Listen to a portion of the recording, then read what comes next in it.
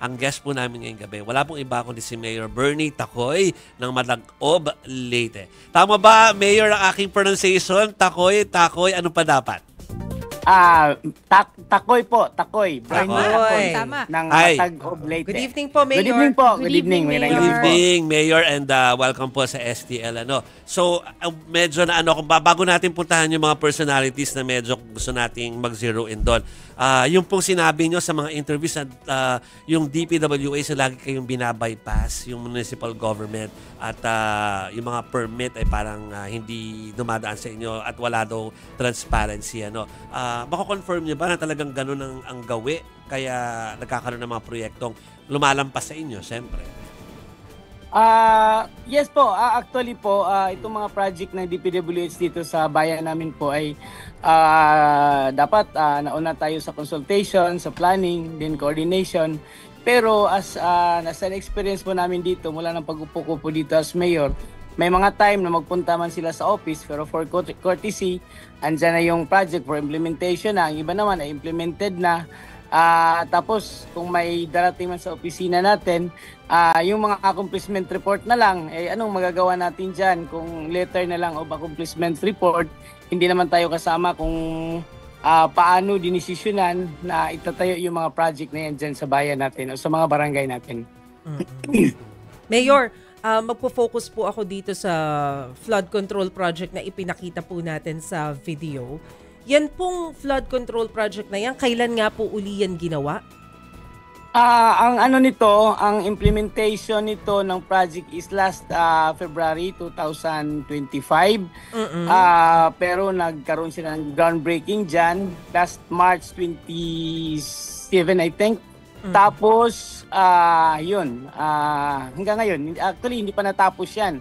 Supposedly by, tingin ko by October, parang yun ang date na matatapos ang project. Hindi pa na turnover, hindi pa natapos yan, pero yun nga, ang naman natin dito, gusto malaman kung tama yung mga ginagawa based doon sa POW. And base po doon sa impormasyon na nakuha ninyo, Mayor, October pa siya matatapos, mga ilang percent na po na natatapos yung ginagawa, yung completion? Sa tingin ko po, nasa mga 60% sila or more than 60% I think. Kasi dalawang project yan. Yung dalawa yan, magkatabi, na tig 448 million. Ang project na yan, yung isa dito, yung nauna, yun ang nasisira. Yun ang nasira nung dumaan yung baha nga doon nung nakaraang Lunes, August 25. And nakausap po ba ninyo, Mayor, yung district engineer, taga DPWH? Ano po yung ibinigay nilang paliwanag? Bakit po nasa 60% pa lang pala yung completion nitong proyektong ito na nagkakahalaga ng 48 million pesos, sira agad? Ang nakausap natin ay isa sa mga engineer na nandun, pero hindi naman formal yung pag-uusap natin kasi parang umiiwas. Ang nakausap natin ay isang engineer ng kontraktor. Nung tinatanong natin, parang magkaroon daw sila ng parang extension sa project for dahil sa weather conditions. Ngayon, ang gusto na natin malaman kung itutuloy man ay dapat sana titingnan muna natin kasi bago ituloy, magkaroon muna ng inspection at investigasyon kung tama ba yung mga nagiging pag-construct nila base doon sa program of works na binigay nila. At saka yung materyales, Mayor, ano? Yes po, oo. Yung mga materyales kasi nakikita naman natin, hindi naman siguro tayo magkaroon ng pagrereklamo kung nakita natin na medyo maayos. Pero sa nakita natin, siya nga mismo, yung engineer mismo, nung tinanong ko, ang size ng mga material, sabi mga head size, pero nakita namin parang kasing laki lang ng kamao ng bata at saka ng iba. Kaya hindi talaga tama. At saka ang liniit ng mga kabilyang lalayo pa. Kaya dapat sana imbestigahan muna bago ayusin para mailagay sa maayos, mailagay sa tama. Alam niyo na po ba, Mayor, kung sino ang contractor ng proyektong ito? Yeah, yes po, ang contractor po nito ay GB Enterprises. Ang contractor na usually mga project dito na nandito sa Matagog kasi dalawang flood control project ito. Tatlo lahat, dalawang tagpo 48 at saka isang 96 million pa. GB Enterprises po ang contractor. Local contractor po. Taga dito lang yan, kilala Okay. ko yan, taga Ormoc lang. Oo. Congressional project po ba ito? Tama po ba yung report na yan? Kung ganun po, nakausap nyo na po ba si Congressman Richard Gomez? Yes, congressional project to. Katunayan nga, yung project na yan ay nagkaroon sila ng groundbreaking dyan noong March 26 I think, na ano lang ako. Nag-groundbreaking sila dyan na sila lang, wala man lang, hindi man lang pinaalam dito sa municipal engineer at saka sa MPDO namin na magkakaroon ng groundbreaking ang proyekto na yan. Actually, nung ginawa ang groundbreaking na yan, ang nandun ay lahat ng mga politiko kasi campaign period din eh. Suot-suot pa nila yung ano nila. Kaya pagkaalam ko, project yan ng DPWH through the funding of the Office of Congressman Richard Gomez. Oo. Nakausap nyo na po ang DPWH about this since ito nga nasira na nga po. O kung hindi, meron po ba kayong wish para to seek audience with Congressman Gomez? Yes po, actually po ay magpapadala po tayo ng sulat sa DPWH. Unang-una po sa DPWH po tayo magpadala ng sulat at magpapadala tayo ng resolution na magre-request tayo ng parang update sa lahat ng mga projects na nandito sa bayan natin sa Matagog from the office of DPWH from 2022 to 2025 para at least naman malaman natin at may assist din natin magiging responder po tayo doon sa panawagan ng ating presidente na maging katulong niya tayo para sa pagtingin kung ano mga ginagawa ng mga proyekto dito, kung ito ba ay naangkop, ito ba ay tama, at saka magkaroon din tayo ng ayuda para doon sa direksyon at yung mga priorities natin dito sa bayan ng Matagog. Tsaka para mabago na rin yung proseso nila kasi hindi pala alam ni Mayor kung merong mga pinapatayo ng mga projects, malalaman na lang nag-groundbreaking na o andyan na. Pero, Oo. Mayor, so for now, suspended po muna yung dalawang projects na nabanggit ninyo? Hindi po? Hindi, wala. Actually, tinutuloy nila yung project. Tuloy. Patuloy pa rin ang ginawang project nila. Wala pa rin pumupunta sa atin para makipag-usap. Kahit pa man, nakita na nila na nagkaroon na ito ng issues ngayon. Pero even kahit isang from DPWH office, wala pang pumunta sa atin. Pero ang ano nang naman layunin lang naman natin dito para hindi na maituloy kung sakaling may problema man kasi ang mahaba ang project na yan.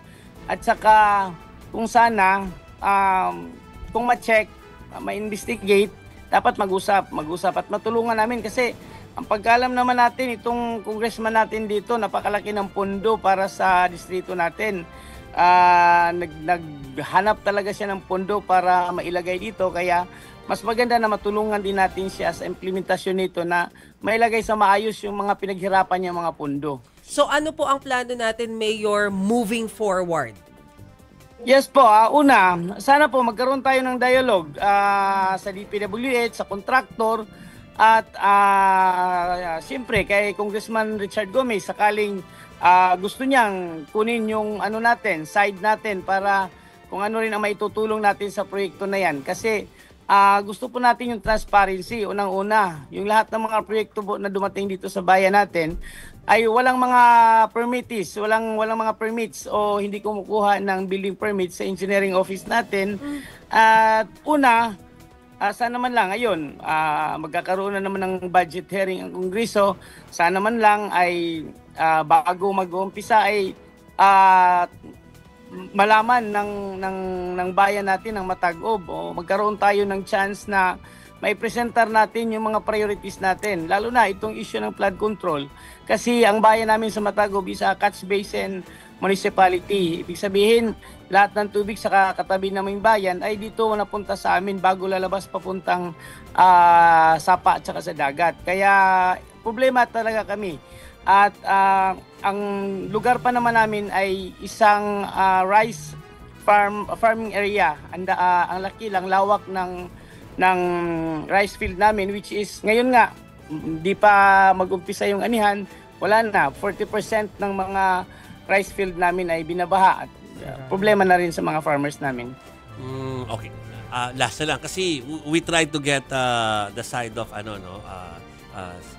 Congressman Richard Gomez, Mayor. Pero may statement lang silang ibinigay, basahin namin maya-maya po yan. Pero meron din siyang binitiwang salita bilang panghuli na lamang na sinabi niya na although kayo gusto lang naman ninyo kasama kayo doon sa pag-uusap, ang sabi niya, ride on lang daw kayo sa issue, pampasaya sa kanya. Yun yung quote from him. Any reaction po doon? Actually, kung gano'n naman yung pagkaintindi niya, titingnan natin yung proyekto dito sa bayan namin. Kung makiride on lang kami, hindi naman siguro madali, no? Ang babanggain mo ang isang congressman, mga malalaking kontraktor kung hindi mo ipinaglaban yung bayan mo. Kasi ako dito sa Matagub, talagang kahit sarili kong resources, ginagamit ko para sa bayan na to, para makatulong lang sa tao. Samantalang siya, sana naman wag niyang hayaan na yung pondo na pinaghirapan niya, lalaki ng mga pinagsasabi niya pondo, billions, tapos nasasayang lang sa hindi maayos at substandard na mga proyekto. Kaya may karapatan din kami na malaman namin, may karapatan kami. Ayaw ko rin naman na magagamit yung bayan namin, magagamit yung mga tao ng Matagub para mabigyan ng pondo na hindi naman maayos. Kung mayroon mang para sa bayan namin, ay gusto ko mailagay sa ayos kasi itong bayan to na pag-iwanan to.